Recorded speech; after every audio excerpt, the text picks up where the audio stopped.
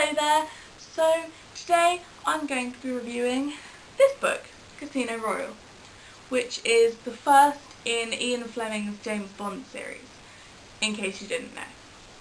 As you can see, my book has a rim around it, and that's because it was given to me on World Book Night by my dad's friend.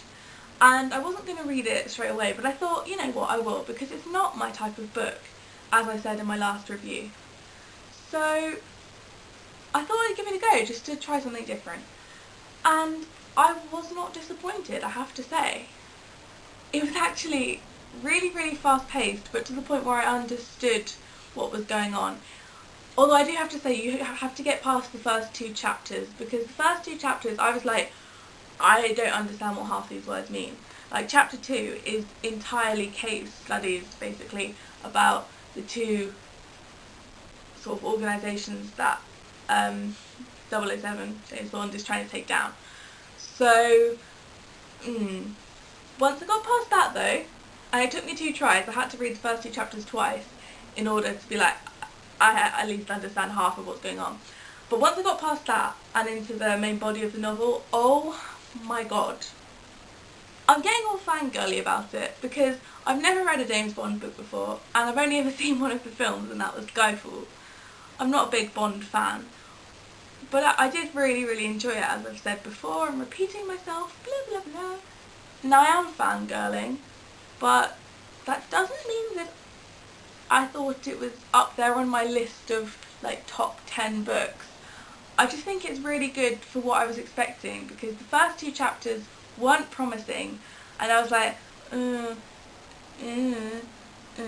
the point where after the first 2 chapters I put it down for a week and didn't pick it up again.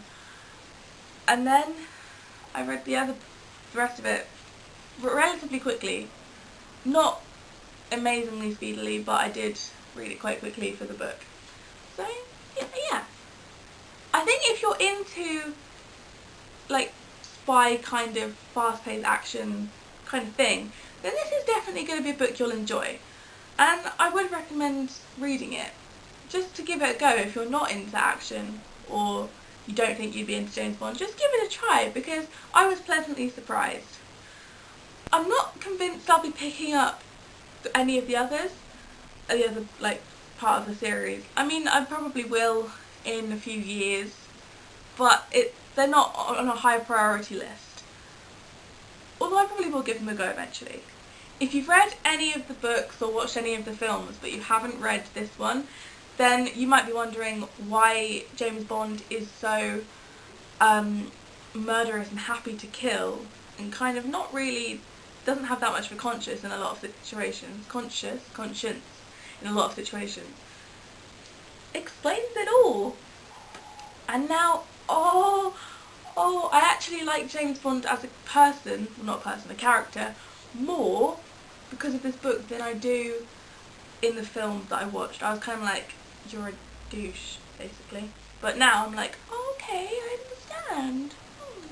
I won't give it away, just at the end. One issue I do have, although remember this was written in 1953, or published in 1953, one issue I do have is how horrible Bond is when it comes to women. He is like completely objectifies women, and then he's Vesper, the woman, he's all like, oh, I hope she doesn't, basically he hopes she doesn't get like used sexually by the people that kidnapped her, but the whole way through he's like, I just want to sleep with her to get her out of the way. And I'm like, I got quite annoyed while reading this about that bit. But 1953, things are different then.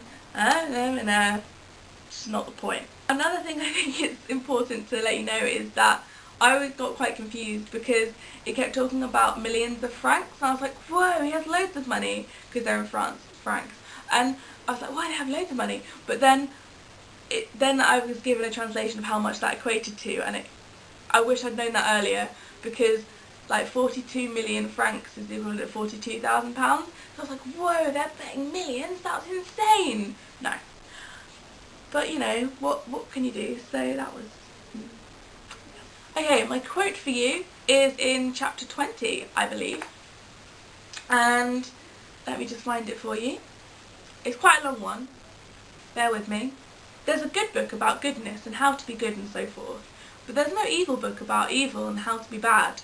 The devil has no prophets to write his 10 Commandments, and no team of authors to write his biography. His case has gone completely by default. We know nothing about him but a lot of fairy stories from our parents and schoolmasters. He has no book from which we can learn the nature of evil in all its forms, with parables about evil people, proverbs about evil people, folklore about evil people.